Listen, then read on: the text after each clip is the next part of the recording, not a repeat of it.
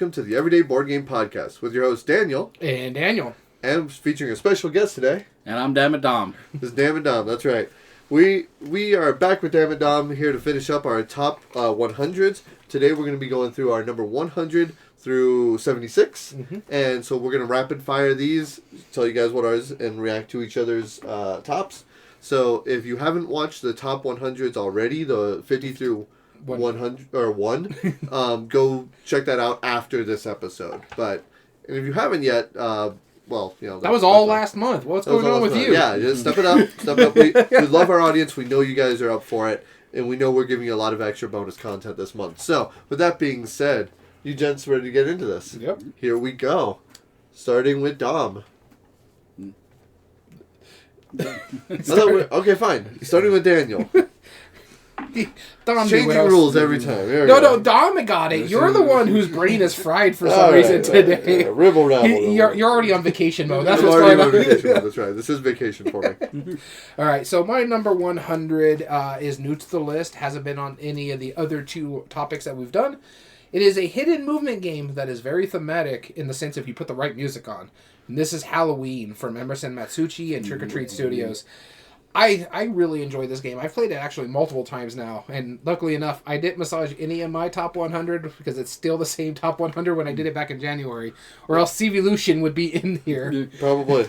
But no, I really do enjoy Halloween. I like the fact that you're playing Michael Myers trying to take out all the victims, and the victims are trying to survive Michael Myers. And it's very thematic to the movie because you're trying to get the children and run away. So Halloween, my number 100. Cool. All right, so my number 100 is based on some classic card games, and it's actually designed by a friend of mine. Wait, what? Yeah, I felt he didn't get enough love in this game. Wow. This is Matches. You consider him a friend? Well, that's the nicest thing you said about him. Figured I'd surprise him this time. Does this technically count as a dividend? Technically, right? Well, thank you. Checks in the mail. I appreciate that. But it's based on classic card games, and I like all kinds of classic card games. I used to play Spades, Hearts, Canasta, the whole 9 yards, and it gives me a feel of all of those games. So I appreciate that. Thank you. And it was a game that, like I said, it didn't get a lot of love, but there's a lot of depth to it. And, yeah, when you help him play test it for a while, it's one of those games. Ages. Yeah, and you got to see like some of the weirder versions of it. Yeah. You mean the French fries?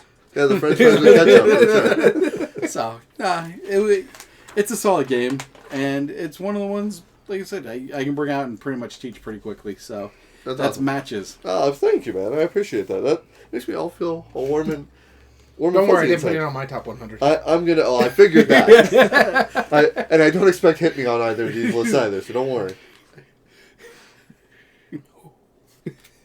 No, my number 100 dropped from 70 on the first time I did this list, and 76 it dropped a little bit. And I think it's just because I haven't played in a while. This is a 2-team game called Decrypto. And I think the biggest thing about this is that it's vague enough where it's hard to teach at first. But what it does is so good, but it's so weird at first that I remember the very first time I got taught this game, the guy literally told us, he was like, hey, I'm going to explain how the game works. It's not going to make any sense. We're going to start playing it. It's still not going to make sense. But just go with me. It'll start making sense after a while. And sure enough, that's exactly what happened. And I thought he was just a really bad guy at demoing. But no, after like 2 or 3 rounds, I'm like, oh wow. And now I suddenly see what this is about. So, yeah, this is Decrypto, my number 100. All right, my number 99 here is a game that's fallen pretty hard. It was 16 when we first did this list. Dropped to 31, and it's now 99, so it dropped 60-some-odd points. And it's just because I haven't played it in a while. I do have a large box of it. You can see it right over there getting sit on, and that is Everdell. I do like this game a lot. Yeah, I do like this game a lot. It's just, it doesn't get played. Mind you, as much as I like that big box, it's a pain in the butt to get off the shelf and take it somewhere to go play it, because I don't play a lot of games at home other than our one game group. Most of the time I take my stuff elsewhere. And it just doesn't get played. As much as I like the game, as much as I have everything for it, it just doesn't get played, but it is still fun. And that is Everdell. All right. My number 99 actually had dropped for a while, and it came back with a new deluxe edition. Ooh. It's also been on somebody else's list. at this point. Oh man, I need to keep track of that, don't I? Yes. So this is a game from Fireside Games. This is Castle Panic.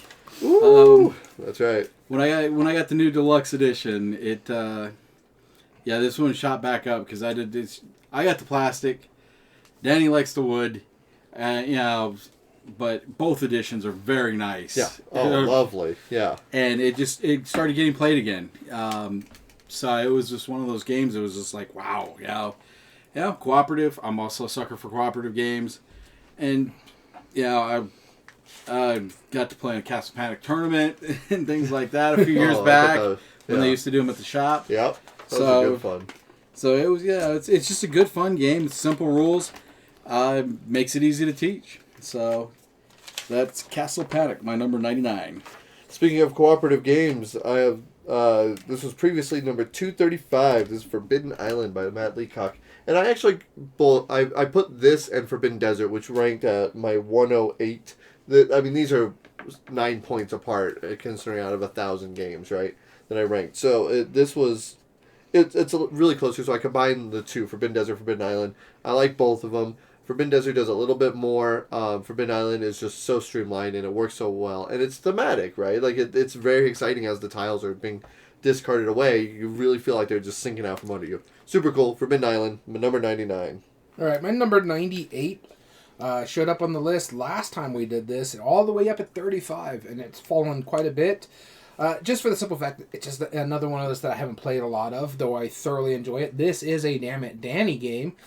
He showed me this one. It is from, what is it, Underdog Games, I think they're called? Oh, yeah. And this is Trekking Through History. Yep. It's a fun ratchet mechanic, what people are saying. I like that aspect of it. Yep. Trying to build your timeline properly to get as much points. It's a historic game, so I'm always a fan of historic games, but it hasn't been played for a while, and so I think that's one of the main reasons it got dropped, and that is Trekking Through History, my number 98. So my number 98 has been on somebody else's list already. And by somebody else's list in the top 50 somewhere, right? Yeah. Spoilers. Take your guess in the comments who you think it is. Go ahead. So, this one is a game that was hard to find and came back into print, and then unfortunately is now hard to find again because the company is having problems. And this is Santa's Workshop. Oh, yeah. So, worker placement, Christmas, not a lot of Christmas games that really work. It's been on 2 lists. So it is, it's one of those games that, I like it. It's a simple game to teach, and there's the 2 modes, but you really don't need the easy mode in most cases. Most people can pick up the regular mode, and you just can go play. It's real easy. You're making Christmas presents for kids, and that's how you're scoring points. So I think the easy mode is mainly to play with actual kids, like children and stuff like that. Yeah. Because that is the family mode is what it's called. Yeah. My number 98 is a game that it dropped from 34 from the previous list, but it climbed up from that one from 87.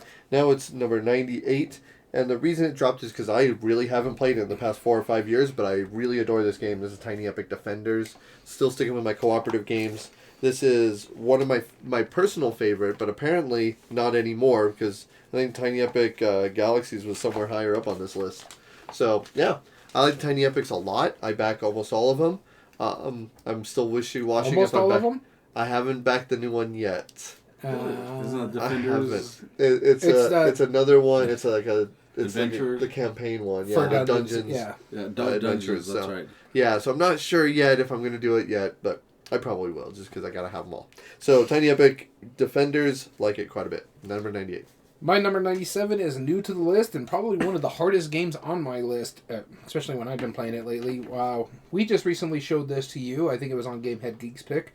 And this is a Rob Davio game from Simon.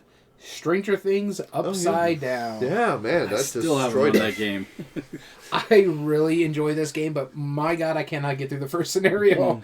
I have not won it. I played it like 5 times. Yeah. But I still like it. It is a mean game, but it's really good. It kind of reminds me of a new generation Ghost Stories because of how mean it is. Yeah. But I like everything about it. I love the theme about it. I love the designer based on it. I love Simon. I love how the price point too. It's a relatively cheap game. Has some decent minis in it that just needs to be there. Other than that, you just have standees. Mm-hmm. Honestly, this is a game that if it gave me acrylic standees for the main characters, I'd be more than happy to buy those extra. And that is, again, Stranger Things Upside Down. All right, so my number 97 will be keeping with the cooperative theme. This is the OG cooperative. This is Pandemic. And this is a stand-in for all the pandemics. Because I do have... Every pandemic. Yeah, every pandemic. Doesn't matter which flavor you like. I have almost all of them, and they've all been good. That I've played. The original, if you can get the 10th anniversary edition, it is worth it. it is cool. Very cool. It comes in a actual first aid kit. So yeah. The Pandemic cooperative game, trying to save the world. See what happens. Sometimes you can. Sometimes things just pile up on you and you can't. So did they just announce a new IP Pandemic game that's coming? Lord of the Rings. Lord of the Rings. That's right. The one I'm waiting on now. Yeah. Yep. Have you played the Clone Wars one? I haven't had. That's the only one I haven't had a chance. I have it. I just haven't gotten it. Oh, it's good. I'll show it to you if you don't. No one comes over. I've been wanting to try that one. It sounds. Well, you won't be here, so. So that is my number 97, Pandemic. My number 97 is a John DeClaire game, climbing up from 101 a few spots. This is a dice building game of racing around a track in the world of the cubes. This is Cubitos. I really like how many options there are in the cards. It's like almost infinitely replayable just by shuffling up the character cards each time. The dice work in different ways. The new expansion adds even more cool dice to choose from. I like it a lot. It's a little weird to if you don't roll certain ones, you get to keep them for the next round. It's kind of weird, but other than that, that's the only thing that throws me off a little bit about it. Cubitos, my number 97. All right, moving on to my number 96. This is new to my list, but it just missed out last list. It was at 103 last year, or last time we did this. It's a Dammit Dom game, honestly. In this one, I think it was on your list. So it's higher on your list based on what we've recently recorded. Fun little game, great engine builder. This is Furnace. I love a lot about this game, and the thing about it too, for an engine builder, this is probably by far one of the shortest games when it comes to engine building. Yeah. Terraforming Mars, Wingspan, even Gizmos plays a lot longer than this one. I feel like if it went one more round, it would get really out of hand. Yeah, they stop it right at the right time. So it's fantastic. I want to play more of it. I want to get the expansion that just recently came out for it, and that is, again, 96 Furnace. All right, so my 96 is by a designer that had been mentioned in the top 50 by some people. It's a brand new game, came out last year. This one, it came down to one of two games going into this spot, and it ended up Windmill Valley.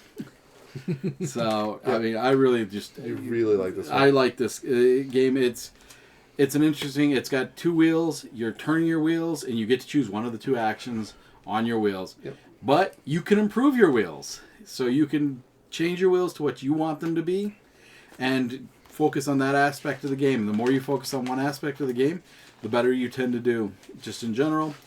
But it doesn't matter which aspect you focus on, because they're all pretty well balanced in it, and it just comes down to a couple points here or there. So yeah, and and it's a very colorful Euro. So it really helps. A benefit. It is a benefit. So it really helps. That is Windmill Valley. All right, my number 96 is the game that I've been playing the most out of everything that's on my list. And by most, I mean I've been playing this longer than any other game that's been on my list. This has always been on my list since I was a teenager. I like this game a lot, Magic the Gathering. The only reason it's this low is because, I just don't play the competitive scene. I don't want to play to win. But when I do play it, we play in a way where it's very comfortable and it's very fun. And I don't play with people who ruin the hobby. So there's that. That's always a benefit. But Magic the Gathering has always been a soft spot in my heart. This is from number 190 on the previous list, so I must have not played it very recently prior to that. That or it just wasn't really hitting like you're right, it wasn't hitting. Yeah, the way we hit it now it's premium. So, Magic the Gathering. So this is kind of showed on my list beforehand, and then it fell out to, started at 40, dropped to 105, climb back into the list because I played it a little bit more recently. It is one of my favorite Eric Lane games, apparently. In fact, it jumped ahead of the one I thought I liked more, and that was Rising Sun. This one is Blood Rage. It's still a fun area control drafting game. I know you don't like it because of the pick and pass, but one of my favorite memories of it is where you almost won the game by doing the full Loki. You gotta pull a full Loki. You were so close to pulling that off. Is that everybody started hate drafting you towards the end? You couldn't get your Loki cards in place. Nope. But I really do thoroughly enjoy it. I love Norse mythology, and I like everything about this one, and that is Blood Rage. So my number 95, actually, the last time I did anything like this was way outside the top 100. We're talking like in the 300s. Ooh, jeez. So it's climbed this much. It's climbed this much because it got a cooperative mode. Oh. So, and that was the biggest issue I had with the game. It was completely competitive. It's a Fantasy Flight game. Played the cooperative mode with these guys right here, and that is Fallout. Oh, yeah. Oh, okay, yeah, okay. So, okay, yep. The cooperative mode changed basically in Fallout, changed everything for me because it made it a much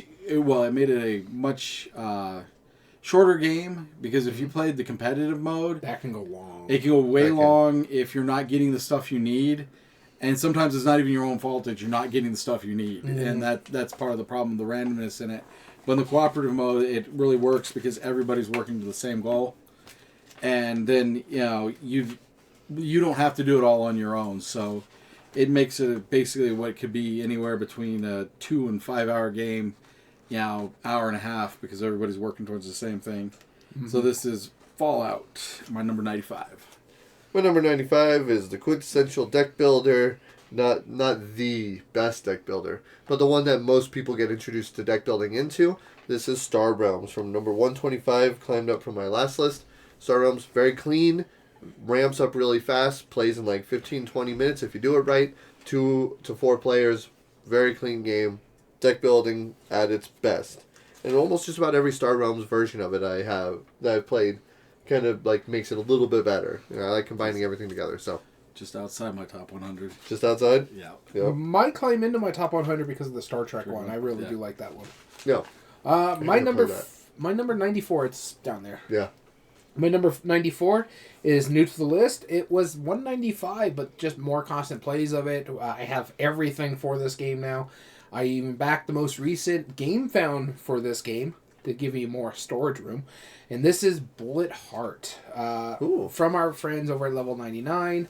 I like everything about it. It's a fast-paced bag pulling game. I like the fact that you can play it both competitively and cooperatively. And I have the vinyl for it, so I'm liking that as well. So it gives you the timer just by playing the vinyl off of it. It's fun. It's fast-paced. It's quick. It's lovely. I like everything about it. Bullet Heart, my number 94.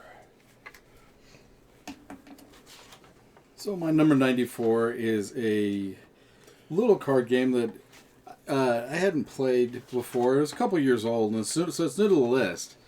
Hadn't realized how old it was. We actually picked it up at Gamma last year.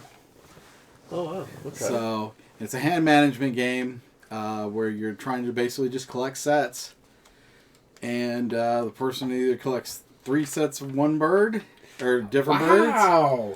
This hit your 100? Yeah, Q-birds. Holy Really? Yeah, I enjoy it. It's one. I introduced it to my mom, and she loved it. She was like, she went out and bought a copy of it. Like, she went on Amazon like the next day and bought a copy after I showed it to her. That's awesome. That's cool. So yeah, that is that's Q-birds. It's just it's a simple game. It's a simple hand management race. And I did like it. I want to pick up a copy for myself, so I don't disagree with you. So yeah, and it just hits all the right notes, especially with card play. I'm so glad you made me play this again, because the very first time I played on Board Game Arena, I very much disliked it. And then when we played it, I was like, oh, now I get it. Now I get it. This is way better than I was giving it credit for. All right. My number 94 dropped a huge amount from 93 last time. And obviously. No, this one... Come God, that's a far drop, That's a man. huge drop. No, this one is like just one of the best silly party games. As long as people don't take themselves too seriously, it works. It's a killer game every single time. This is called Dead Last from Smirk and Dagger. This is the one where up to like 12 players play, and you have 90 seconds to discuss however you want. You can go into a different room. You can blatantly shout shenanigans at people. You can do whatever you want to, but at 90 seconds, everyone votes for somebody else. Player with the most vote gets eliminated. If it's tied, all of them get eliminated, and anybody who doesn't vote for the person who got eliminated gets eliminated. My God, is that hilarious. It works every single time, and if it breaks down to 0 people, because everyone destroyed each other, it's hilarious. If it's 1 person, they take all the loot. If it's 2 people, prisoner's dilemma. This game works every single time. It's my go-to when I have a group that's like size 10 or whatever. I will always bring out Dead Last. My number 94. All right, moving on to my number 93. It's relatively new to the list. It's relatively a new game. It took us forever to get a copy of this game and play it.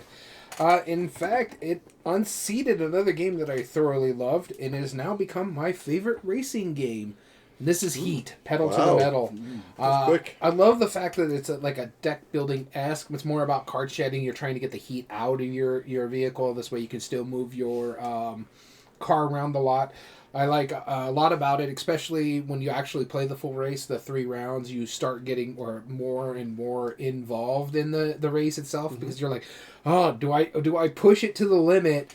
This way, I'm going to get more heat if I do, but I can get around that corner really well. So it's kind of like that little push and pull aspect where you're trying to get everything proper. So I like everything about it. Days of Wonder production value of this one too is through the roof.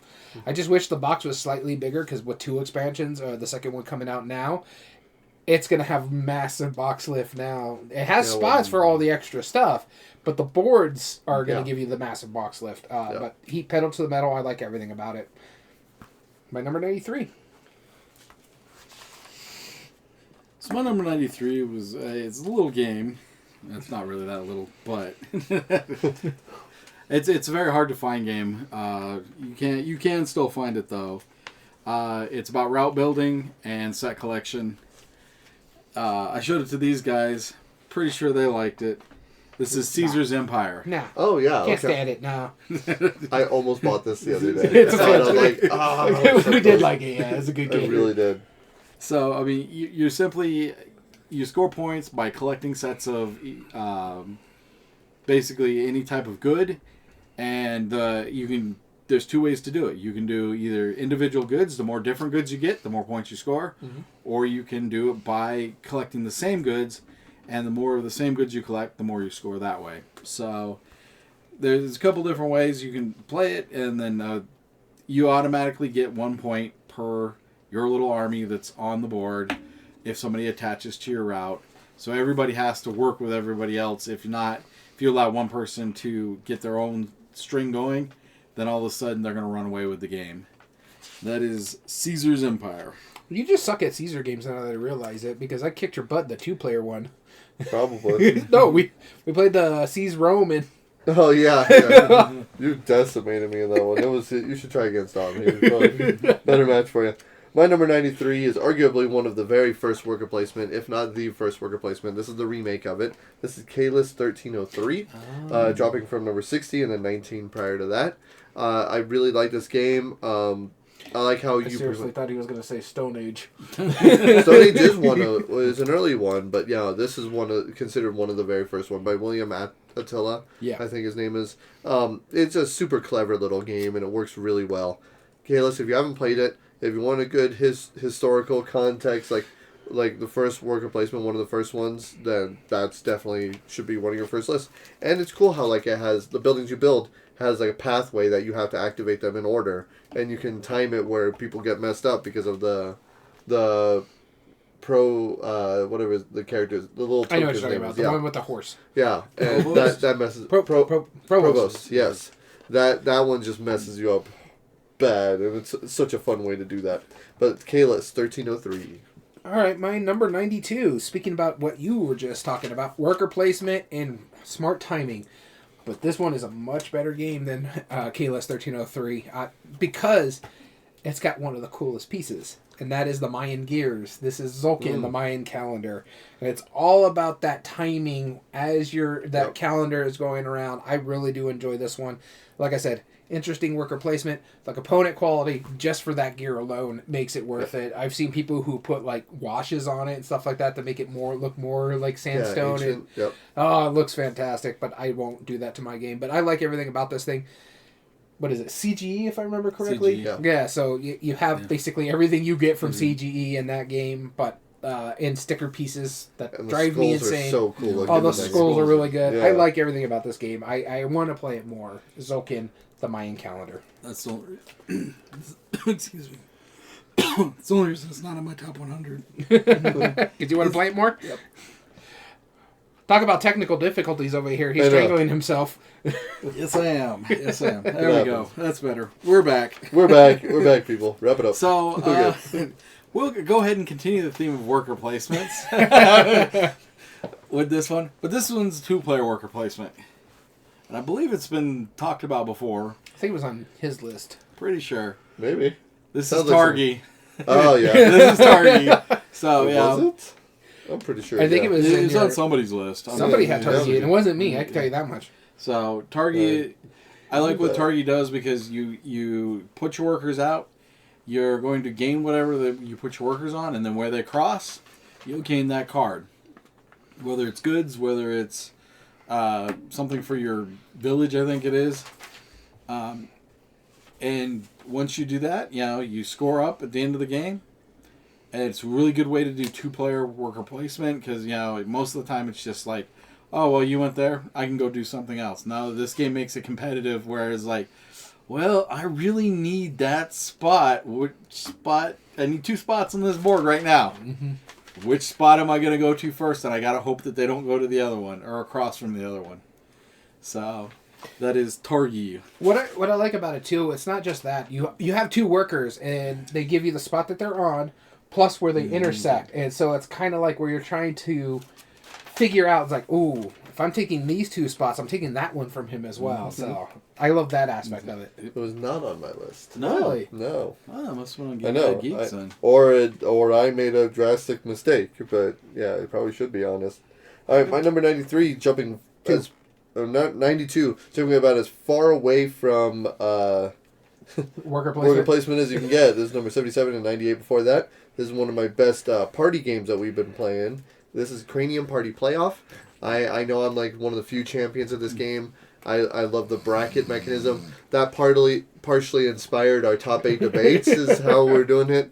It just pins absurd ideas against each other, and you have ridiculous arguments, and by the end of the game, nobody cares even what you're arguing anymore. You're just playing it out, having a good time. Next time I play this game, I gotta threaten someone with a lightsaber just to, feel normal. Right, just to feel normal. Yeah, sure. Next time we have a big party, I'll bring it, and it plays so well. Cranium Party Playoff. I love this game. My number 92. All right, my number 91 is finally the last new one to the list on this section of this 10. I had 4 new ones in a row. This is a small little card game from Bruno Cathala. Pandasaurus brought it over to the States. If you pay attention to our podcast, we just kind of talked about some little small card games from Pandasaurus in our last podcast. I like this one a lot. I love the artwork on this one. This is Sea Salt and Paper. I love everything about how quick this game plays, what you're doing. You're either drafting out of one of the 2 discard piles, and you're discarding into one of the 2 discard piles. You're just trying to get a set amount of points. And what I really like about that is because you could do one of 2 things. You can call one more turn and hope you have more points than everybody else. Or you could just end it once you meet a certain requirement and say, I'm calling it, so I have the points. Everybody plays out that round. You score up your points. But if you call that one more turn, you better hope you have more points than the other person. But then you're also scoring your other things. And then there's an I win capability in this game, which you love in a lot of games. And my wife has pulled it off. She got the 4 mermaids. And she still talks about that. So I really do enjoy this game. Sea Salt and Paper. So my number 91, I know has speaking of Bruno Cathala, it's been talked about by somebody else. It's higher up in their lists. This one is a game that comes in a big box, but is really a small card game. Oh, I know what it is. It was higher on my list. Yeah, yeah. This is Abyss. I like the way Abyss works. How you pay for the cards, how you can you have that push your luck aspect at the beginning. Like when I'm getting the cards, do I go ahead and take that card, or do I hope for a better card? And you keep doing it, but the problem is you're giving everybody else the opportunities on these cards too. So every time you push your luck, Danny can say, "I want that card." Goes in a pearl. And it goes from there. It's like, but that's the card I wanted, and that's the card I needed. Yeah, I hate the fact that you're the last choice in that aspect, but I'm getting all these pearls, so... Yeah, it's got this nice closed economy, and then, game ends pretty simply when somebody gets 3 kingdoms, if I recall right. Lands, I believe. Lands, whatever they're called. I think it's 7. 7 lords. It's something like that. I haven't played it in a bit, but yeah. I need to get to the table again. So, and then, you've got 3 choices. You can either take one of those lands. You can take a group of cards, because anytime those cards fill up, if you only get the last one, those cards then go down into a piles, each different faction. And then once that happens, somebody can come along and go, "Oh, there's 4 cards there? I'm taking those 4 cards," instead of pushing my luck. Mm-hmm. So, Or buy a lord. Or buy a lord. Those are your 3 choices. Yep. So, that is Abyss. My number 91. Cool. My number 91 is not a Bruno Cathala. Very much not. That's because he hates Cathala. This one has created a meme in our house known as Danny's the Spy. This is one of the best 5 to 10 player games you could play. Social Deduction, The Resistance. Pick your poison, Avalon, or this. Daniel hates it because he hates Social Deduction, which is fair. But it's not everybody's cup of tea, I get it. But this one just hits on our game group every time. Oh my goodness, yeah. And so much to the point where, like, in Social Deduction games, normally you can't throw the first round. But our mutual friend Jim has rigged it in a way and metagamed it so much to the point where he was able to throw it against me on the very first round, and everyone immediately assumed I was a spy because he had built that into their brain. This is one of the biggest memorable moments I've ever played. Resistance, indie board and cards, awesome game. It's one that just missed my list. Did it? Yeah. It works. It was nowhere near my list, I'll tell you that much. Sure. It is fair. This is your blood rage, right? Yeah. I take that back. I do have one more game that's new to the list here. And I really do enjoy this one. My number 90 is and I haven't even finished this one. I've only played like 2 scenarios of this game. It is a puzzle scenario-based game from Arcade Wonders.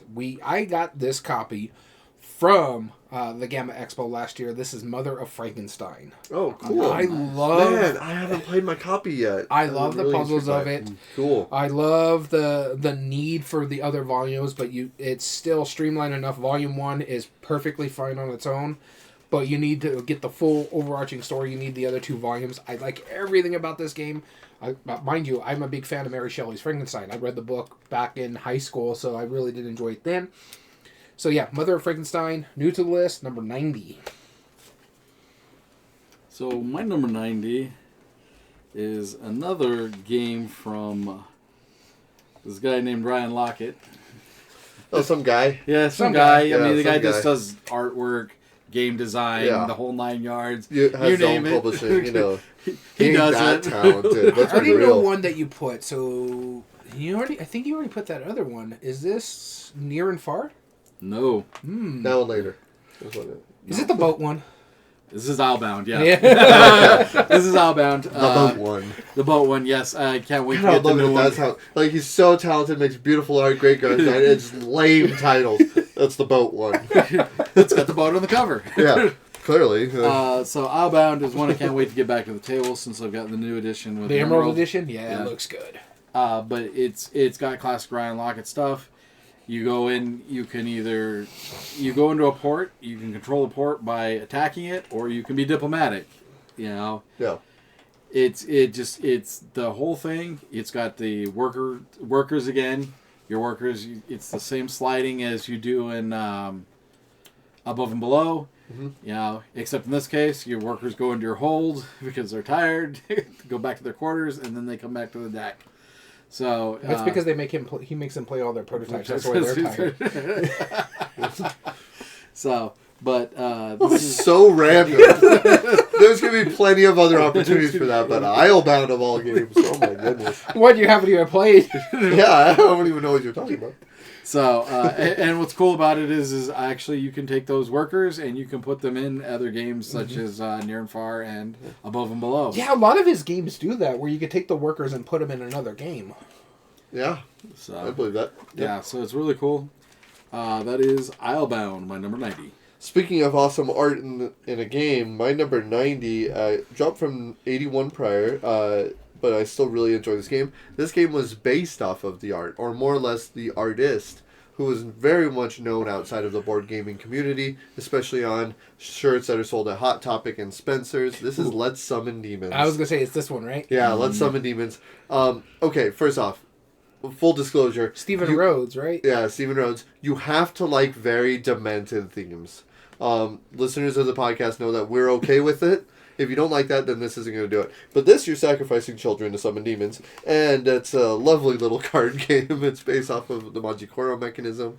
Each of the kids give you abilities, which will let you potentially get more souls to snuff. Very lucky compared to like Space Base. It is kind of lucky, less strategic, but man, it's just it's honestly just really silly. And the flavor that they put from the art into the characters, into their abilities, is hilarious. Like, there's one called Sweet Marilyn, right? That's one of the characters, and she gets a bonus for every boy that you have in your neighborhood, which is hilarious, right? And you can imagine what she looks like, right? She looks like Marilyn Monroe. So, yeah, it's really silly. If you're okay with tongue-in-cheek but demented humor, Let's Summon Demons is awesome. Alright, so the next game on my list here at number 89 dropped from 55 last time it was on this list. I do like it a lot. I haven't played it in a bit. I really need to show you this game because I think you would enjoy it.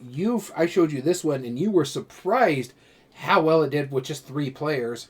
Going to when you were talking about social deduction, this is a much better game, not social deduction, pure deduction, and this is Cryptid. Yeah. I do need to play this. It is a fantastic, lovely deduction game where everybody has a little bit of information and you're asking questions about where the cryptid. There's one spot that the cryptid is, and that's where you're trying to find. Do we know what the cryptid is? No, but you can make it up. Is it Bigfoot? Is it the Loch Ness Monster or something like that? However you want to do it. So your whole question is, could it be here or is it here? And someone will give you information, yes or no, based on their little tokens.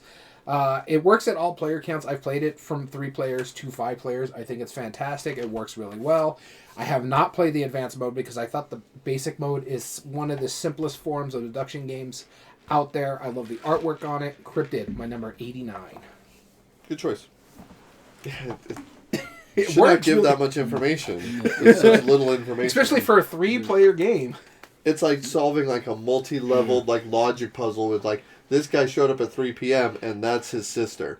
Like, how do you figure this out with that information? You can encrypted. And he went to lunch over here. Yeah, and he had a pastrami sandwich on Tuesday. Like who solved the murder? What? Huh? What? Yeah, no sense, but it works really well. 89, sorry. So, my number 89 is a little game by a designer named Wolfgang Warsch. Ooh. This has already been mentioned. It's, to me, it's the quintessential bag builder. So, yep. Yeah, it's push your luck, it's bag building. You can try, and as was said before, it comes down to, hey, why don't you just one more? Yeah, you do one more, pull one more. I'll pull one more if you do one more. Yeah. Oh, by the way, this was on everybody's list. Probably. This might be a 4-way crossover. This is the Quaxaquedlinburg. Yeah, and it's the. Oh, by the way, I didn't tell you. I already pulled all my ones, so I'm only sitting at 3. Where you're sitting at 6, and I'm telling you to pull one more.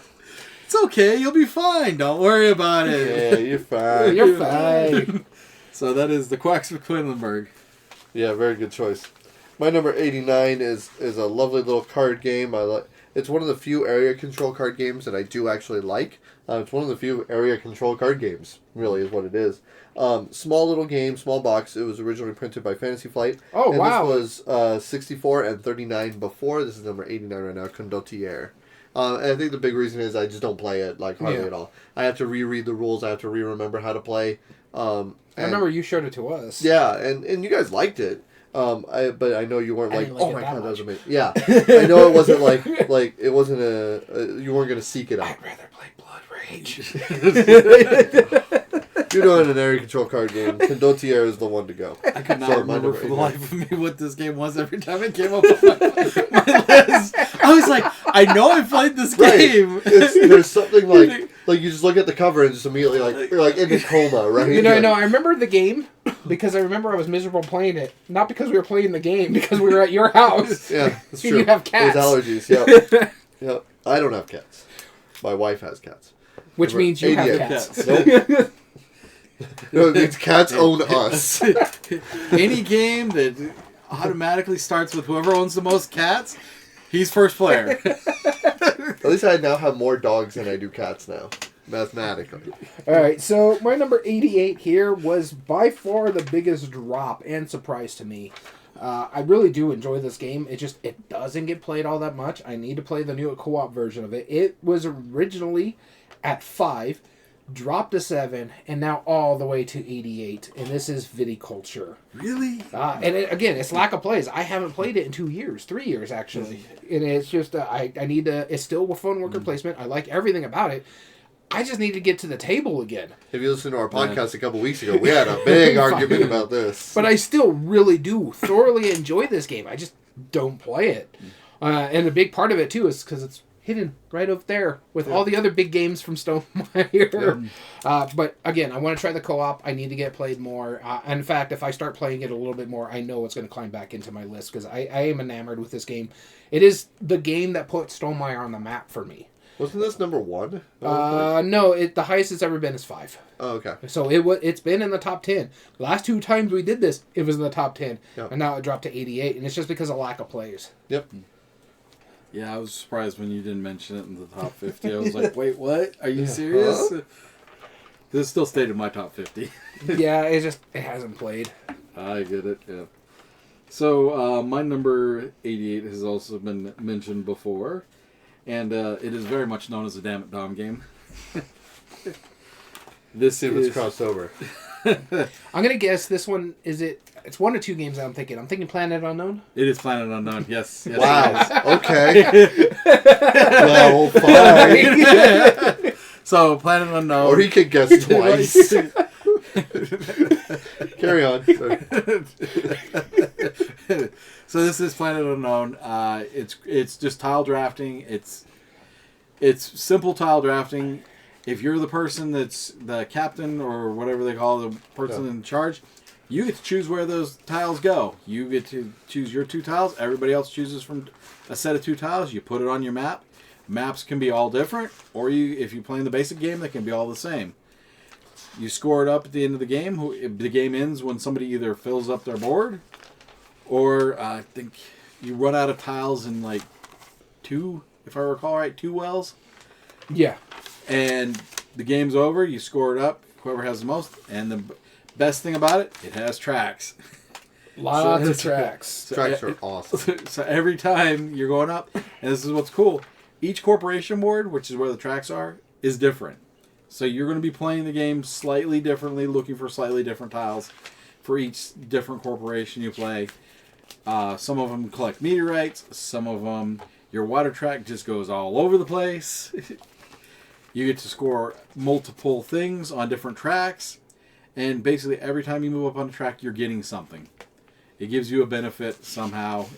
So it doesn't really matter what you end up taking. You're going to get a good benefit.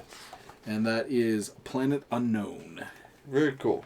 Nice, yeah, good choice. I think Planet Unknown would have been on my top 100 if I owned it at the time I did the ranking.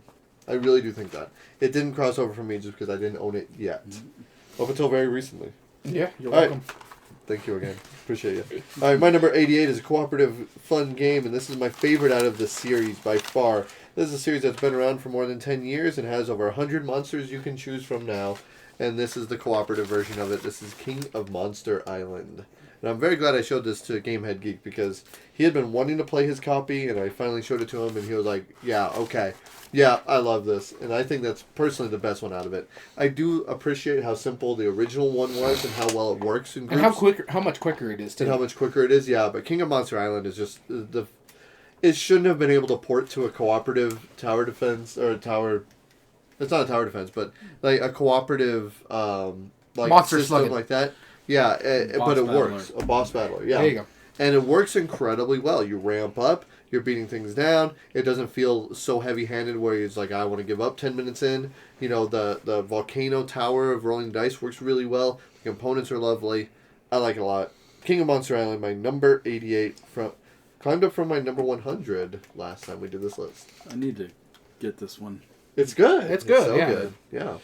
All right, moving on to my number 87. And this one, if you had paid attention to the top 50 when we talked about them, I mentioned this in that podcast as well. This is the free fall here. And because of what this did, they added to the other game to make it much better. So originally came in at 38, dropped to 63, and now it's sitting at 87. This is Dune Imperium. Because Lost Ruins of Arnak adding that expansion where it gives you the asymmetric play. Yep. Just really bull rush this out on basically pushing it out of the top 100 almost. Yeah. I do like what it does. Again, it's the same thing with Viticulture. It's just a lack of plays is a big part of it because Lost Ruins of Arnak plays around the same amount of time and you feel like you're doing more in that game. I do like the combat system in Dune Imperium. It just, again, it doesn't get played a lot. I have the big box. I just haven't played it. And the big thing about it, too, is that this game can go very long, especially like a 4-player game of Lost Ruins of Arnak can take an hour and a half to 2 hours. Yeah. A 4-player game of this one, if everybody's going slow in a sense, can take up to 3 to 4 hours because of the fact that you're the first to 10 points. But it's still fun. I still like it. It's not getting played. Dune Imperium, my number 87. Yep. Spoiler alert, it's not going to be on my list. It got booted just outside the top 100. It's also not going to be on my list. I know it's not going to be on your list. You hate this game. I'm not... I don't hate it. I just don't... Dislike it? No, I just don't see the point Extremely. of playing it ever again. Yeah, it was fine. Fine at best. So, my number 87... I want to say, I believe was mentioned by Gamehead Geek, actually, in his list. This is just good old dice-chucking cooperative game that, it's got the Arkham license on it. This is Elder Sign. So, I think it was on his list. Was it? I don't know. Might have been someone's list. It wasn't I'm pretty I'll sure. look. I'll look. Pretty sure it was Gamehead Geek. But yeah, this is Elder Sign. I like what it does. I mean, yeah, okay. You can get the base game and just play in the museum, and it's perfectly fine.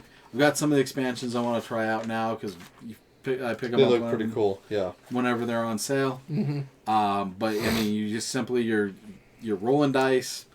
You're trying to match symbols.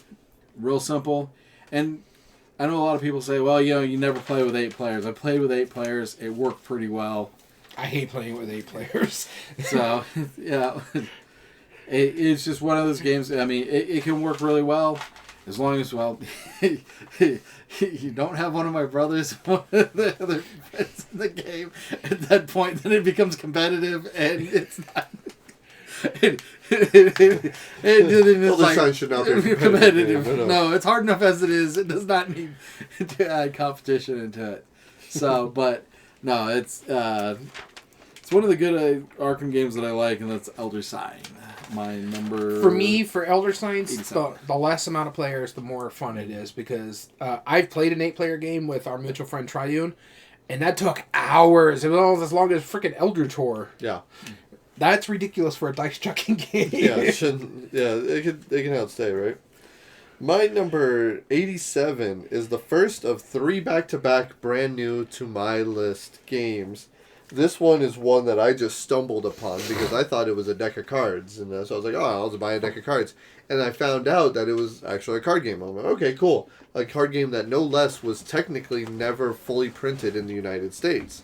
This is Palexgeflüster, or the Google card game. Oh man, you are enamored with this game. This game is awesome, and it does one of the coolest things I've ever seen in a game. I forget, I don't remember who the designer is off the top of my head, but I think it's Kramer, or it's a name that's pretty well known in Europe, and I guess, Kramer? It might be, but this game apparently Google, like their lunch group, had a game groups and multiple times, like during their breaks, so they would sit down and they would be playing this game that was known as Palace Whispers is the translation for it.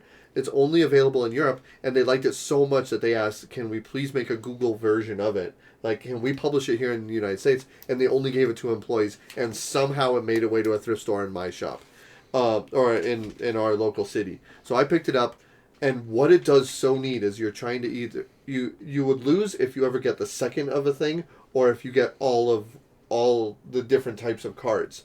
And each card has its own way to manipulate the cards that you have in front of you, but the color of the card that you play, that determines who gets the next turn. So if I play a green card and Dom is the green player, he gets to play the next turn. And that has some really cool give and take of like how you want to manipulate what and when you want to do it to kind of like prevent yourself from losing the round. It is so brilliant how it works. Palexgeflüster is my number 87. All right, going into number 86. This is new to my list, and it's not the greatest game in the whole wide world, but I really love it because we need more games based on this theme. And this is Dog Park. I love the art. It's a fun game about dogs. We need more dog games, no more cat games. And I think he agrees. Oh, I agree. Updog is another good new card game, dog game.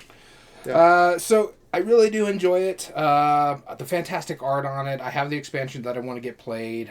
It's very simple. You're basically just trying to go down the trail, collect resources to get your dogs out there, make sure they're happy, and get your points off of that.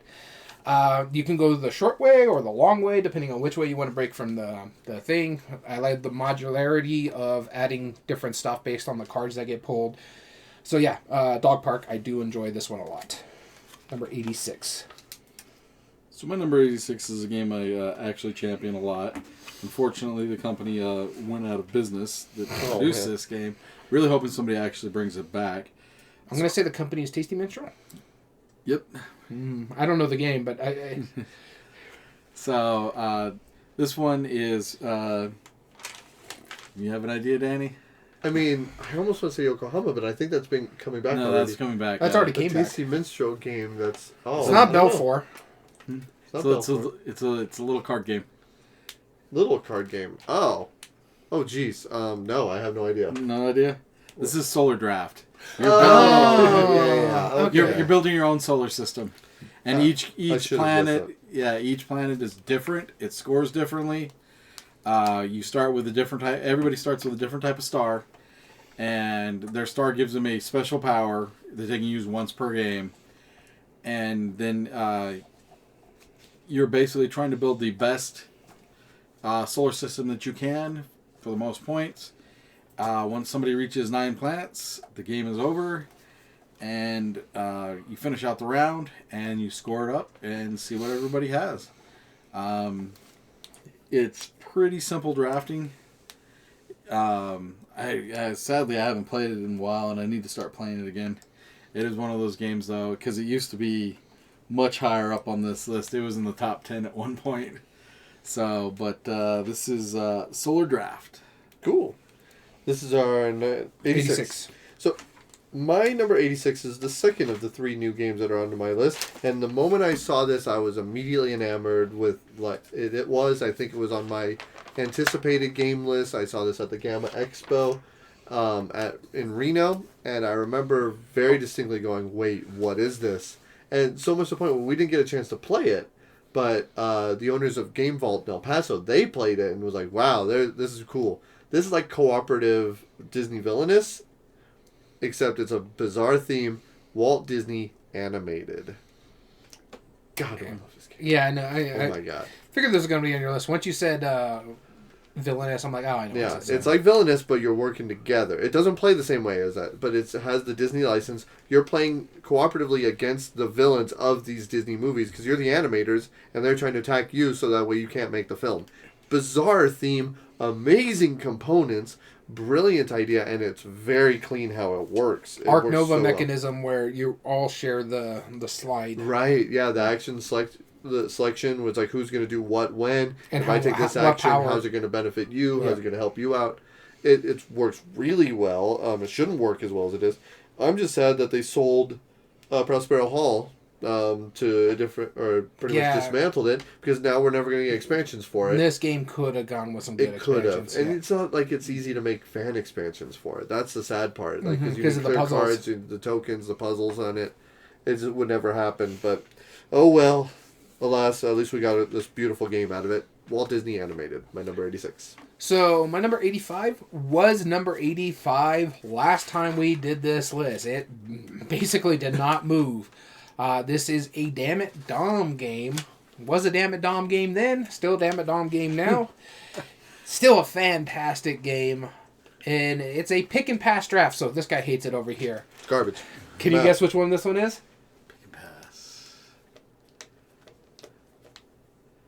No, not off the top of my You guys head. play so many of them. It's A Wonderful World.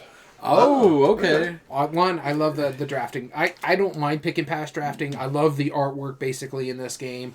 You're basically futuristic civilizations trying to rebuild America or whatever. I have the upgraded components from Board Game Geek store, the resin bits. It's a fantastic game. It's a Wonderful World. I haven't played the 2-player version of it, which is It's a Wonderful what? Kingdom. It's Kingdom. What? I knew he better. would know what it is, but I do enjoy it. I think it's a fantastic game. It's a Wonderful World, my number 85. Damn it, Dom. They should make a surrealist version. I didn't know you liked it that much, actually. They really should remake it as a surrealist version called It's a Wonderful What? Would love that. So, my number 85 was actually mentioned by Gamehead Geek. He figured it'd be in the top 50. It was not. This is a game where you are bidding for your drafting position. And you use coins. I mean, Drafting position? Yeah, Nidavellir. You bid for yeah. you bid for your drafting position. You're drafting one of... Here. I played it once, so that it took me a while to remember that. I need to play it more. So, in Nidavellir, you're going to draft cards. It's a lot of set collection, but you can also... There are a couple different ways you can play it. You can either try to just draft all of one type and make points that way, or you can draft all 5 types of cards and make points that way. Yep. So, everybody's going to make... I haven't seen anybody score less than 100 points in the game. Oh, yeah. So, everybody... And then the other thing you can do, you can upgrade your coins. So, whatever you put at the bottom, so you're going to do 3 drafts every round, and then you're going to take 2 coins, and you'll put them at the bottom, and whatever coins you put at the bottom, you basically add them together, you discard your higher coin, and you replace it with that number. So, that is Nidavellir. Number 85. It's a cool one. I like Nidavellir. I do like it. It's just I played it that one time. I haven't played it since. My number 85 is one of the best racing games because it is real-time horse racing from our friend John D. Clare. Ready, set, bet. I didn't think you liked it this much. Wow. Oh, I like it a lot. Oh my gosh, do I like it a lot? Because I like the idea of horse racing, like in a game. I thought like it's always been done well, but it never felt exciting. This feels exciting. This is real time, and it's as exciting as actually watching a real horse race. But the thing is, like it's not you're not racing the horses in this game. No. You're basically the gamblers, and he distilled that so well. And you feel like it's a press your luck game because you're like, man, I see this one going really well, and it's probably going to win. Do I put my bet down? Do I put it? Oh, you put the bet down for me. Yeah. Okay, well I'll wait. Maybe maybe get a little more. Like, I love that feeling in this game. It works so well. So there you go. Quick Number question with 85. this one: Already have said you that. played it without the app, or where someone's running the horses? Oh yeah, absolutely. I love doing that. I've never played it without it. I like being that person. Oh, like, okay. I like running it. Like, whenever I show it off at the shop, I am that guy who's like, all right, and the number 2 goes ahead, and it was like, it's announcing it like an auctioneer kind of style. It's so good. Down the back of the stretch they come. Yeah, I like to throw in like random little like statements like just to see if people are paying attention. And boom goes the dynamite for anybody who understands that meme who is old enough. Anyway, continue on. Number 7 moves ahead. Yeah. All right, so this is So going to good. start a run of new games for me for the rest of this carrying list. off where I left off. We have 2 more games that have been on this list before. Other than that, this is going to be a run of new games. The first one being one of my favorite Kinderspiel games. I do like this one a lot. I love everything what this does because I've been hunting this game for the longest time. You got a copy of it before I did. I finally picked this up in what is it? Empires up in Albuquerque. Okay. And I was finally able to get this one. This is The Living Forest from Pegasus Spiel. And I love everything about it because it has some interesting dynamic gameplay in here because you're trying to keep the forest from burning down and you're trying to be smart about it, but you're trying to be the best fairy from keeping that happening. So I love everything about it. I need to get it played more because it just hasn't been played recently. But I like everything about it. The artwork is fantastic. You kind of see it right over number 2's head over there. I love everything about this. The Living Forest, new to the list at 84. I need to get this one played. It's on my shelf of shame. It's good. I like it. We need to fix that. We need to fix that. We need It's to fix good. that. That's. I think it was a crossover with you, if I remember correctly. I'm trying to find it. See, because I thought it was too. No, it wasn't. Okay. So, my number 84 is a game without the IP, but it is the IP. But it's not the one people are thinking of here. So it's not the Awakened Realms one then? It's not the Awakened Realms one. Nope. So it's the IP without the IP. Mm-hmm. Oh, well, I don't It know. is from Renegade Game Studios. It's hard to find now, actually. This is Tremors the board game. Oh! Terrible. No, that... Yeah. Is it terrible? Yeah. Yeah. Terrible. That's from I just got it, and now I need to play it. So, It's fun. Terrible. It is fun. It is shenanigans. You can get some like cool. shenanigans. Yeah, you can get some cool things. One of the best moments in the game. Somebody got a satellite laser. And It was me. I blew up your buddy. so that was one of the funny ones. He blew up. The funniest one, my buddy actually got the satellite laser and blew himself up. So like That was the next game. Yeah, that was the next game. So like when I talking shenanigans, it is shenanigans. It's pure shenanigans. You're just driving around. You're hoping you don't get hit by the worms because you can get The worms or the satellite. And you know what is funny about it? It's basically a pick up and deliver. That's exactly all it is. It's just a simple pick up and deliver game. But the stuff that happens, you're like, no, there's no way that's gonna happen. Sure enough. Wait, okay. That's a what? Oh,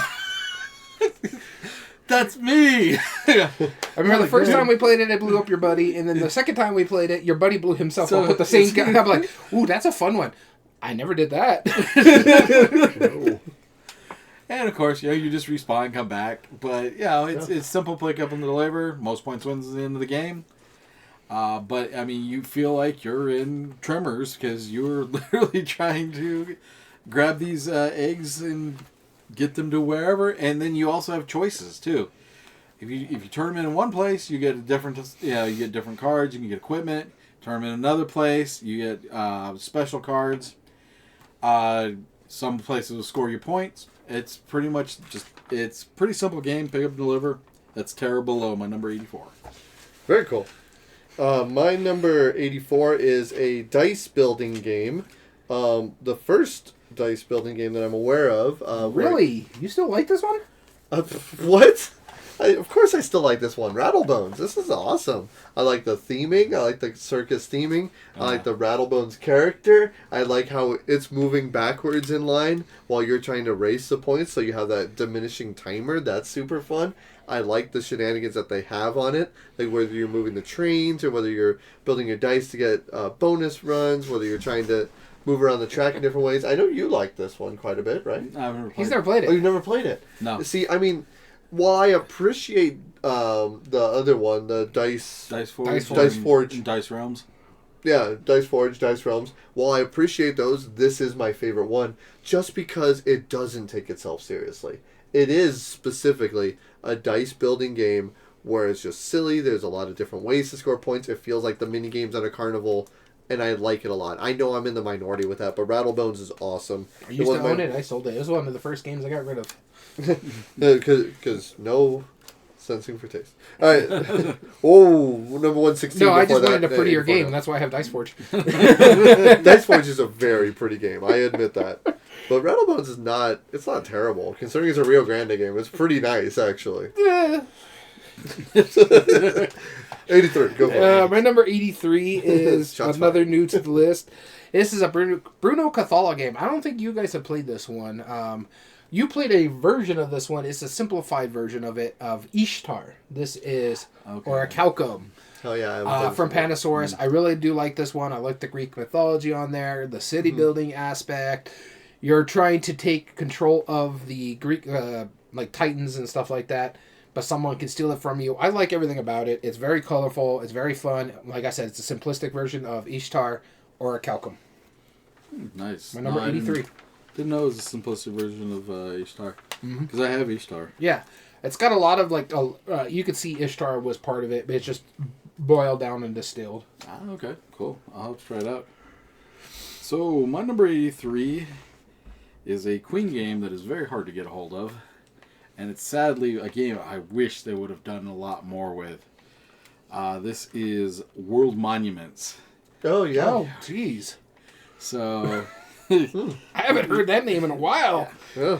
So at World Monuments, you basically have a board out in front.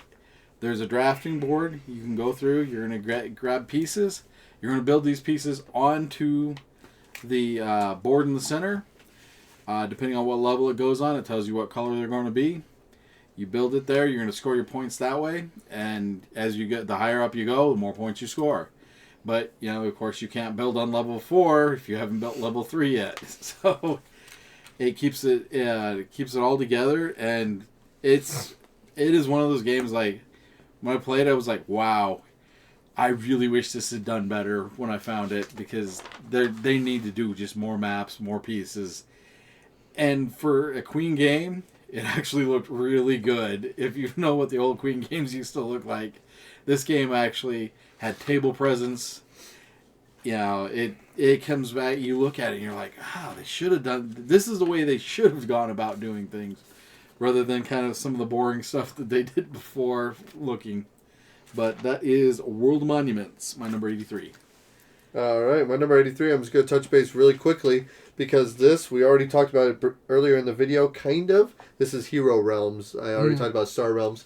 I like the Hero Realms version better just because I liked the campaign that they did, the cooperative campaign. It was really fun. I had an absolute blast with it. They later came up with one for Star Realms, but by that time they were really more focusing on like enhancing the factions and different ways to like beat each other up. I find it funny that he's talking about, like, we talked about it earlier. He talked about it earlier. Yeah, no. I talked about it earlier on my list just because I like the fantasy theme a little bit better. This was my number 109. Climbed up, Hero Realms, number 83. All right, so my number 82 is another new one to the list here. Like I said, it's about to be a run on there. This is one that is relatively new game. I think it came out last year, maybe end of 2023. It is a fun little drafting game, which gives you a lot of interesting headspace. I know you haven't played it. Dammit Dom enjoyed it, and Gamehead Geek enjoyed it. This is Veils of Eternity. From Mandu Games. It is really cool. I want to get the expansion for it. I like the choices that you can make because it's a snake draft. So if I take this one, I'm not gonna. I have one more card I can take that turn. I like the fact that you have money, but you can't make change, so you're only allowed 4 coins. So you got to make sure you grab the right coin combination. You can overpay for cards. You don't get change. So it's really neat. So a lot of interesting head choices in there. It's a race to a certain amount of points. I like everything about it. Veils of Eternity. Or Veil of Eternity. Yep, that one's good. It's one I want to pick up. My number 82 is a stand-in for a bunch of games. They're a bunch of base games to it, as well as a bunch of extra maps. This is Ticket to Ride. Mm-hmm. It's a game that started playing Legends of the West now. It's a game that it gets back to the table regularly. I introduced to my mom and my brothers. And then my mom actually introduced it to some of her friends. So they play Ticket to Ride like every other week. So it's one of those games that just keeps on giving. And then we started a campaign with my mom and my brother playing Legends of the West, and that's been really cool. Won't spoil anything for anybody, but it's... How far have you gotten so far? 5 games in. Okay, you're almost caught up to me. I'm 7 games in. We're not going to play it again for another couple weeks, so... So yeah, it is, yeah, and it makes you make some really interesting choices in that. And then Ticket to Ride, of course, is, I mean, if you play it can be very cutthroat. The rummy style drafting, and if you play with my mom, forget about it. just playing on second place. You know what's funny is when I played the Legends of the West one, I play very efficiently, and I still suck at the game. I'm like, what the heck am I doing? It's like, how are you guys getting all these points? Yeah. So, yeah, exactly. Yeah, no, I've been at the top of the Legends of the West, and then at the bottom. I'm like, how did I end up in the bottom? I scored really well this time, and I ended up at the bottom. When you guys are done with your campaign, we should do a spoiler one and a review for it, because I'd be curious to see, because I'm already done with it, so I know how it ends. I'm getting pretty close. Like I said, there's 10 games in there? I'm at 7? Or is it 12? So I'm about halfway done. Yeah. We're about to play the 7th. It's just, I haven't been able to get with that group for a while. Yeah. We've played twice this year. Right. So my number 82, Ticket to Ride. Cool. All right. My number 82. Wait, Ticket to Ride base or Legends of the West? He says there's a stand-in for all of them. Cool. Yeah. All right. My number 82 is a 2-player. I was miles away. 2-player abstract strategy game, and this is one of the ones that does it. That did something that I had never seen before. In this is that you're playing on 4 different boards, and how you make your movements determines how you can make a movement on a corresponding board. Shobu by Smirk and Dagger. I thought this was going to be higher. Oh man, this one is just one of the most brilliant 2-player abstract strategy games. I thought this was going to be like top 50 or the top 60. Yeah, well, I mean, it's not far from it. It's 82. There's 81 other games that I like better than this, and that's out of my entire collection. So, but yeah, it's really interesting because you have to play on your side. There's 2 boards on your side. There's 2 boards on your opponent's side, and all you have to do is rid one of the 4 boards of your opponent's 4 pieces. That's all you have to do, and you're doing it by bumping them off. Your first move has to be passive, where you're not moving anything. So you make a move in one direction, up to 2 spaces. Then you choose a board of the opposite color, whether that's on your opponent's side or whether that's on your side, to move in that exact same direction, that exact same number of spaces. It doesn't have to be the same piece, just moving in that same correspondence. When it does that, you can be an aggressive move, and you can actually push your opponent's pieces. Sometimes that'll push them off the board, which will be one step more towards victory, but then it might put you in a bad spot where you can't respond to it later. Because if you cannot make that movement in the aggressive phase, you can't do it in the passive phase. So you might lock yourself into a corner, having been really strong at the beginning, but then running out of moves later on. It is really brilliant. I love it a lot. Shobu, number 82, climbed up from 113. All right, my number 81 is new to the list, but it's not a new game. It is an older game. but I thoroughly enjoy this one. Recently played it maybe a year ago. I picked up because I have a different version of it called made by the same designer called 11 Nymped, and that plays a little bit. It's a straight line. We played this originally on Board Game Arena, I think, during the lockdowns. But when I got a physical copy of it, I really enjoyed playing that with my other game group because we did enjoy 11 Nymped. And this is 6 Nymped or Take 5, how America would confine it at Take 5. You're playing through a certain number of piles. You're trying to play in order, but you're not trying to be the 6th card in that pile, or else you have to take that whole pile. Yep. And then when that happens, you're basically golf scores, so you want the lowest score, and the scores are little cow heads on the cards. Some are worth 5, some are worth 1, so it's kind of that push and pull. It's like, all right, I could take the 6 because there's only like 3 cow heads in here. That's going to be better for me than playing it over here, this card over here, and taking like 16 cow heads. So 6 Nymped, I did like, really do enjoy this one. And the reason why I fell in love with it, this is a perfect cruise game. It's a small card game that we can play on the cruise where we're waiting for food, or we're in port, or not in port, basically trying to get to port, sea days, I guess you could say. Yeah. So it is very simple. I like it a lot. 6 Nymped or Take 5. And to give a quick shout out to Masmo, one of our viewers. Thanks for joining us today in today's episode. So, my number 81 is, well, let's put it this way. So we at the beginning of this, somebody talked about like, oh yeah, I didn't massage my list at all. This one's actually not massaged in the list, but it probably would have been higher had I played the next version of it. This is Wingspan. I got to play Finspan not too long ago, and I really do like what the two do. Wingspan, of course, it's pretty simple. You're playing out cards, trying to make your engine work. Once you make your engine work, it's simply scoring points over 4 rounds. Most points into the 4 rounds wins. One has birds, the other one has fish. I haven't gotten to play Wormspan yet with the dragons. Hopefully that'll be corrected here soon. But we may have a Saturday by ourselves. So. But so that is Wingspan. It's still up there for me. I was actually surprised at how high it came in, and like I said, it would have gone higher had I played Finspan before I made the list. Mm-hmm. You know what still fascinates me about Wingspan is that I know there's a lot of love for it, but like I just recently demoed it for the very first time at our shop this last Saturday. I had more new faces than I've ever seen this entire year, or like in the past like couple years, come in. It's like, oh, I came in to look at Wingspan, see how it's played. It's like, who are you? I've never met you before. How like. I've never had that in any other game. You're very hesitant with me about that. I'm like, no, this is bringing people to the board gaming hobby. That really shed a light on it. Like, wow. And a game that complex shouldn't do that, but it does. It's basically a gateway game by not being a gateway game. It's a gateway without the mechanism, or without the hard mechanism. All right, my number 81 is a brand new game to this list, and this is one of the most brilliant card games I've ever played. It's a small little card game, and I've played other games that do stuff like what this game does. Like I've played ladder climbing games before. This is a new approach to it. I've played split card games before. Like Delt. I've played games where you can't change the cards in your hand. Yeah. I've played games that do all this. It's because of the circus theme, right?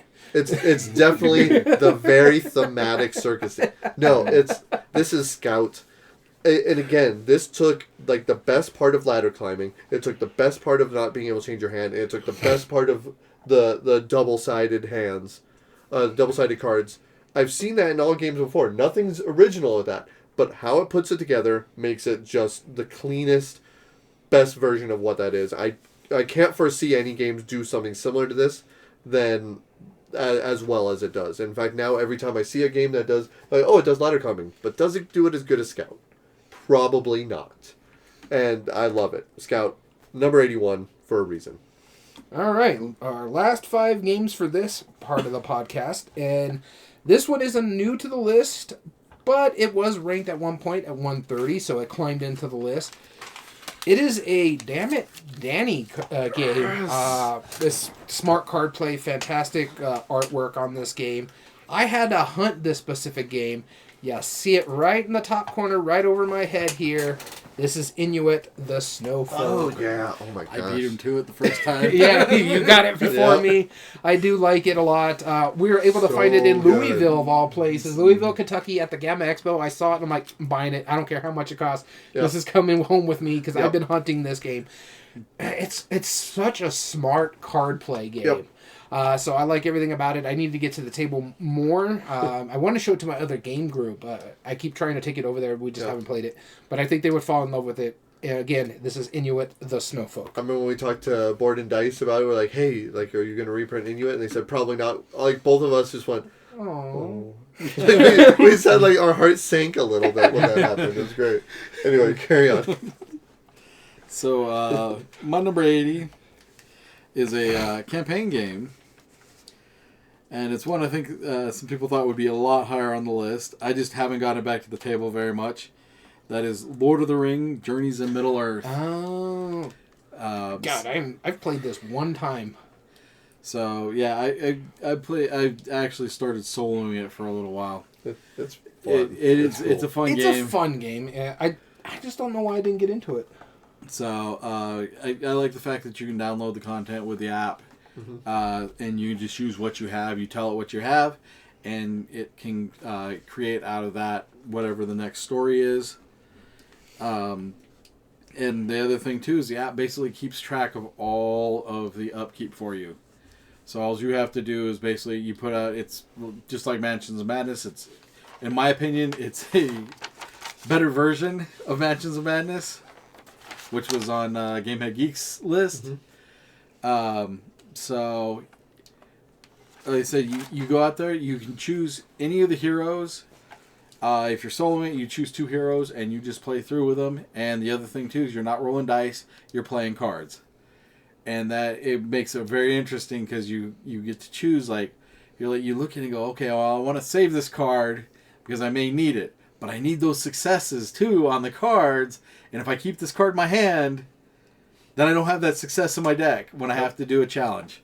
So whenever you flip the cards over, you're like, okay, well, I really should play this so that it goes back into my deck. And I love the crux of that choice of having to go, well, I want this ability, but I also want that success. And where you fall into that. So that is Lord of the Rings, Journeys in Middle-earth. Very good. I need to play this more. My number 80 is, speaking of giant, grandiose, app-driven games, this is not. This is very much the opposite. And this is a smart, elegant little abstract puzzle game. This is, multiple players can play it from Game Right. Great components, Shifting Stones, up from my number 193. Yeah. Still haven't played this one. It's just smart how it works. Like, it's one of those things where it's like, you can't plan. Like, whenever you finish your turn, you're never going to know what the state of the game is by the time you get to there. But it's simple enough where you can just kind of play it by feel. It's like, well, right now I'm able to do this, this, and this, and go with it. And it has one smart little rule that I really like, is that on your turn, if you have nothing good that you want to play or just choose not to play, you can just draw 2 more cards on your turn and go into your next round with 6 cards, which is awesome. And then you can just really go combo-tastic on some of the higher-end value cards. It plays super quick, great components, smart little game, Shifting Stones, my number 80. What I like about it is the cards are your actions, but they're also your scoring. Right, you have to discard a card to swap Yeah. to, or discard one to flip one. Yeah, exactly. You have to figure out which ones you're going to spend. And it's always like, I can score both of these cards, but I need 3 actions to do it. I have to spend one of them. Which one am I spending? I love that decision space. It's fun. All right, moving on to my number 79. Has been on my list twice before. Originally came in at 51. It was number 100 last time we did this list. Moved up a little bit, 79. And I enjoy everything about it. I've been a champion of this game. You know how you just talked about a Game Right game? This is probably one of my favorite Game Right games. This is Dragonwood. Oh, yeah. I love the fact that it ramps up pretty quickly. You're either drawing cards or you're rolling your dice and trying to beat the dragons and all the different monsters. Whoever has the most points at the end of the game. I love the fact that you can play it in any way. You can play it like a rummy set where you get 1, 2, 3, 4, or you can play it as one color or one run of numbers. I like everything about it because they have different forms. Every monster has their own capabilities. One is really weak to this, but one is really strong to that. So I like everything about it. It's still a fun game. It's a nice little filler game. Another good cruise game. We took this on the cruise because it fits in one of those photo cases and had a blast playing it. And that is Dragonwood. My number 79 is another cooperative game. This one is another older cooperative game, but I could see it going higher now that there's a new edition out of it that is Legacy.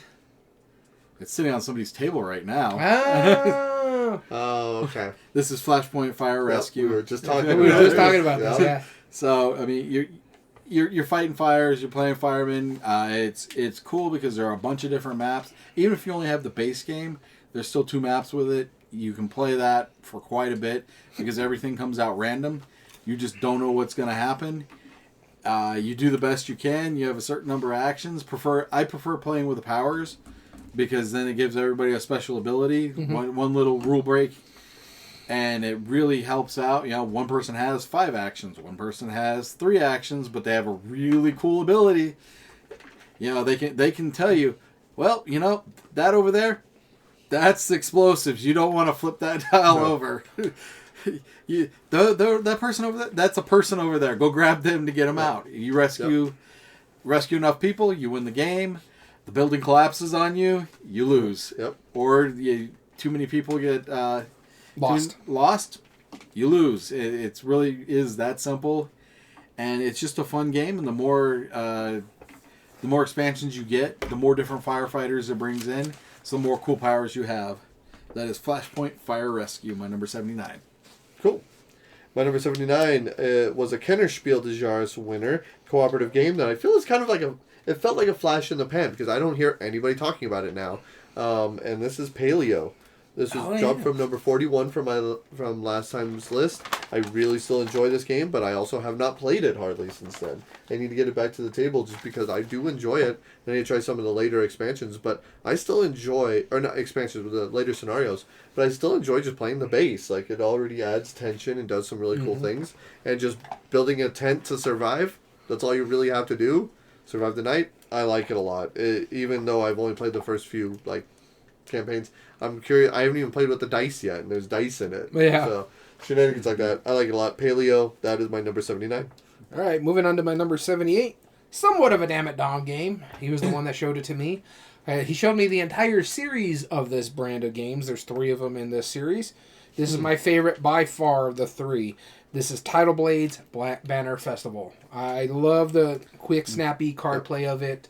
The high-low capability. If I play the highest card, I get to really do this cool power. But if I play the lowest card, I still get to do a certain cool thing. Yep. So it's very interesting. It's very fantastic. The artwork in this game is ridiculously good for basically a card game. I like everything about it. Tidal Blades Banner Festival. Number 78, by the way. Mr. Cuddington art. It's some of the best art out there. Mm-hmm. So my number 78 is basically a bunch of mini games together that you play as one big game. And this, actually, after we played this, I went out and got everything for it when they did the next Game Found on it. Yep. This is Merchant's Cove. Mm-hmm. Yep. So it's a great way to introduce mechanisms to people. Because the blacksmith was dice drafting and rolling. Yep. I thought the blacksmith was the worker placement. Because that's the one I played. You played the blacksmith, the worker placement. You played the... I had like a tile shift. Oh, no, yeah, you were the time guy. Yeah. You were playing the spinner. The spinner, yeah. So, I mean, it's a bunch of just different mechanisms, but you're trying to do the same thing. You're all trying to sell goods at the market and make the most points at the end of the game. By doing that, sometimes it's, okay, if you're playing the ship's captain, you're out there, you're exploring, you're bringing stuff back, and you're trying to sell it. If you're the blacksmith, you're creating weapons and selling it at the market. Selling it at the market. The other thing is that you decide, or somebody decides, should I say? It's not just necessarily you. You're putting people into boats, and as you put them into the boats, as the boats fill up, whoever puts the last person in gets to decide where it goes. So they may push it to, they go, this green, you got a bunch of big green items. We're going to push this to the small dock, and they can only they can only buy small items. So it's got this nice push and pull that you have to figure out. Okay, where am I going to go? Do I want to sail this boat early? Because you don't have to wait till the last person's in there. You can sail it early and say, okay, I want to do this. But you're like, but if I get that next green guy in there and I get to sail it, I will be able to get all of my big goods sold and get a ton of points for it. Yeah. So that is Merchant's Cove. My only issue with Merchant's Cove is that my own little mini game is a lot better than the actual selling aspect of the game. Right.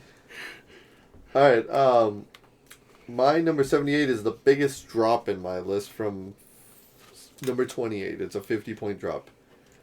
In this game, I really still enjoy it, but I also have not played it since then, and it takes a long time to do it. And I get a lot of pushback from this guy about this game, because I may or may not have taught it slightly incorrectly the first time I taught it to him. Slightly incorrectly? Well, I didn't say you couldn't. There's a whole group of gamers who won't pick up this game because of you. This is Power Grid from Freedom and Freeze, yeah. I still really like it, but it's number 28 on my last list, and I still like it a lot, but again, I haven't played it, and it's just because... It's because he teaches rules wrong, that's why. I want to play it with the right rules. I know. You still haven't played it yet, have you? I've not played it yet. You know what? Maybe my next pick, I might have to do that, because Power Grid is... I plan to be busy that week. Yeah, right. But we'll still be at your house, and we'll still play it. Like, I got something to do. I'll be watching hockey. Yeah, there you go. It's a big hockey game. Yep, my number is 78, Power Grid. All right, moving on to my number 77 here. This is a new game to my list. It is not a newish game, but I really did enjoy this. I think it just kind of jumped into my list because of most recent play. It just got a new beautiful version of this game. It's not out yet, but it went on the GameFound, I think, into last year. And this is Puerto Rico, specifically 1897, which is the newer version of it. I like this version of it better because I can see a lot of things a lot better in this one. But my favorite thing about this game is the action selection. It's like I can take this action and get a really powerful action on it, but everybody else gets to still take that action. It's just not as powerful as what I'm getting.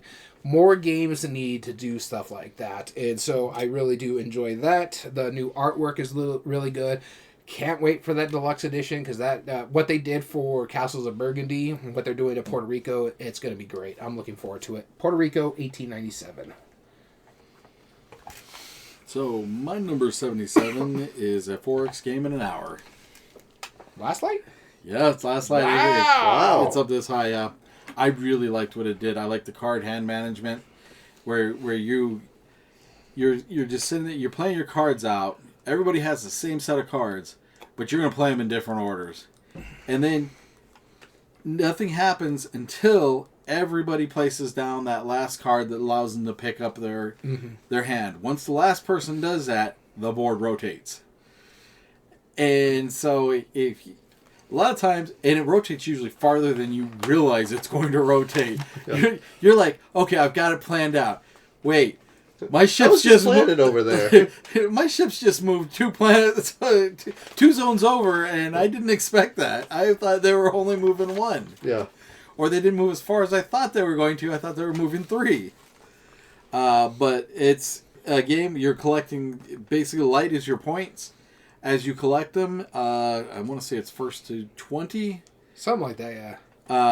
Well, it's not just first to 20. It's 20 triggers the end game. Everybody gets a final turn, and then whoever has the most. Yeah. But yeah, it's a solid game that I really do like. I like how it works. I like it too. It just I didn't think it would be in the top 100. That's quick, especially from that one play. Yeah. No, I really liked what it did in that one play. Like that was it. I mean, I was looking for a 4X game that was quick, fast, and that I can. And the other thing too is I feel that if I introduce it to somebody, I can get it to the table without a problem because it's not when it comes to a 4X game, this is the one I'm introducing to new gamers. I'm not introducing Twilight Imperial. Yep. So that is number 77, Last Light. My number 77 is the Spiel des Jahres Winners, which is one of Daniel's favorite games of all time. This is not Hyperbole, is it? Hyperbole? Hyperbole, whatever. No.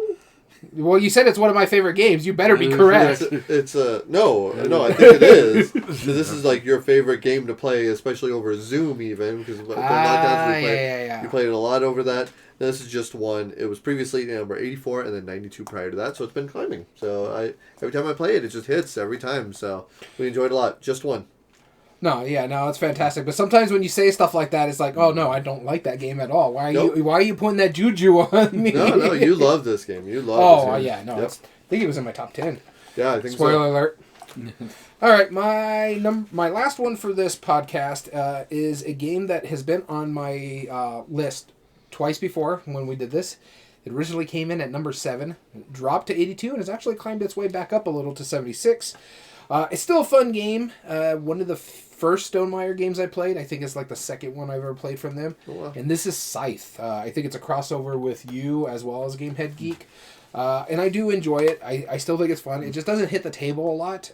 I'm surprised it's still ahead of Viticulture. But I don't think it was like I ever got a head-to-head between the two. Because I would have picked Viticulture over it. I wasn't massaging the list, so I think it just hit further up. But I do like it. Anything on my top 100, they're fantastic games. So my last one here, Scythe at 76. So my 76 is a game actually I've played well over 20 times in the last year. Actually, in the last 6 months. This is a game that Gamehead Geek actually introduced to us. These two, like a different version of it. They tend to like the one that has the Pokemon to it. We actually went out and bought. Everybody got a copy of that. Yeah, we did. We imported it. Well, it's funny. I'm not a big fan of the game. I like the Pokemon version. Yeah. So I was never a big fan of Splendor, and this is Splendor Marvel. Okay. So it's Splendor, except it's got the Marvel theme on it, but there's one slight difference in it, which actually makes all the difference in the world. With Splendor, you have to buy a card from the third row to win the game. You cannot just play in the first row and win the game. And that's the one thing that I do like about it, is that you have to build up and buy that card in the third row so you can get basically what is the time stone. You're collecting the Infinity Stones. And when you have that time stone, then you can win the game once you hit 16 points. Yep. But if instead of with Splendor, because everything, I played Splendor before, and everything I always heard was, well, somebody can play in the first row. Slumlord it. Yeah, and they don't have to ever buy anything else. And if you're buying higher against somebody who's playing that strategy, it becomes really hard to win because they're accumulating points so much faster than you are. Yeah. So I like the fact that they actually solve that simply by making something that you have to get, and you can only get in the third row. That is Splendor Marvel. Unfortunately, this is my least favorite of the Splendor games, actually. Really? Same with mine. Yeah, so the thing is, like, it overcomplicated a simple game. I get why you say that going to the third row, and that's fine. I prefer playing the Pokemon version. I'll even play the basic version before I play this one. It's overcomplicated a simple game. That's fair. Yeah. Fair argument. My number 76 is new to my list, and last one of today's episode. This one is one of the best new party games that we've been playing, so much that me and Daniel played it in the car last time we took a road trip. And I know this is a crossover. It's a crossover. 76. This is Hitster. Oh my goodness. I'm a music file as it is, and I love music trivia, naming the artist, naming the song. We played the cooperative version on our drive, which we found yet another new game that we can now play on the road. This is Hitster. Man, it's so good. So good how this game works. It's basically timeline, but with music. You scan a QR code, it plays a song. You have to just guess what year it falls in, or at least between certain years. Like, is it between 72 and 84? Well, if it's a Prince song, it might be, but it might not be. You don't know. Like, you and me are too good at this game, because even when we handicapped ourselves, we did. We still hit the 10 plus all our tokens. Yeah, we did. Yeah, so we played a handicap where we had to name either song or artist. We needed to name the song in the artist. Yeah, song and the artist, and then get the year correctly. Yeah, and then we had to get the year in the right frame either way. And yeah, we missed like 2. Like, it was a little too much. Yeah. Oh no! So we had to get either the song or the artist, and we had to. If we got both correct, that's when we got a token back. Yes. Yeah. Something like that. We handicapped ourselves and still like absolutely capped Crushed out. it. Yeah. Yeah. It was good. Hitster, adore this game. So, what do you guys think of our list so far? It was fun. Tune into the next episode to hear numbers 75 through 51. And, of course, we've already pre-filmed the numbers 50 through 1 with all 3 of us and Gamehead Geek as well as that. So tune into those episodes. I hope you've been enjoying these. With that being said, we do have an email address. You can email us, let us know what your thoughts on the subject are, or email us just to say hi, or even enter in future contests. That email is everydayboardgames2020@gmail.com. Also, follow us on Instagram, instagram.com/everydayboardgames, where we post little fun skits and some of the games we've been playing lately. All video re-uploads and reviews are found under YouTube, under youtube.com/@everydayboardgames. If you like what we do, there are 3 things you can do us to help us grow on the platform. Subscribe if you're not, like the video, and comment down below and tell us your thoughts on the subject. We also stream our episodes live at twitch.tv/everydayboardgames, and join us in on the conversation, like our friend Masmo. Tell us your thoughts on who's right, who's wrong, or join in on the debate. It's always fun. Make sure you subscribe there, or follow there, so you'll be notified every time we join in live, because sometimes our schedules do change a little bit. All audio versions can be found on most podcast platforms under Everyday Board Games Podcast. This includes Spotify, Amazon Music, Podbean, and Apple. Take it away, Dom. Oh, sorry. We want to thank you so much for listening to Everyday Board Games. As always, I've been your host, Daniel. And I've been your host, Daniel. And I'm Dammit Dom. And we want to thank you for listening to Everyday Board Games. And remember, every day is a good day for board gaming.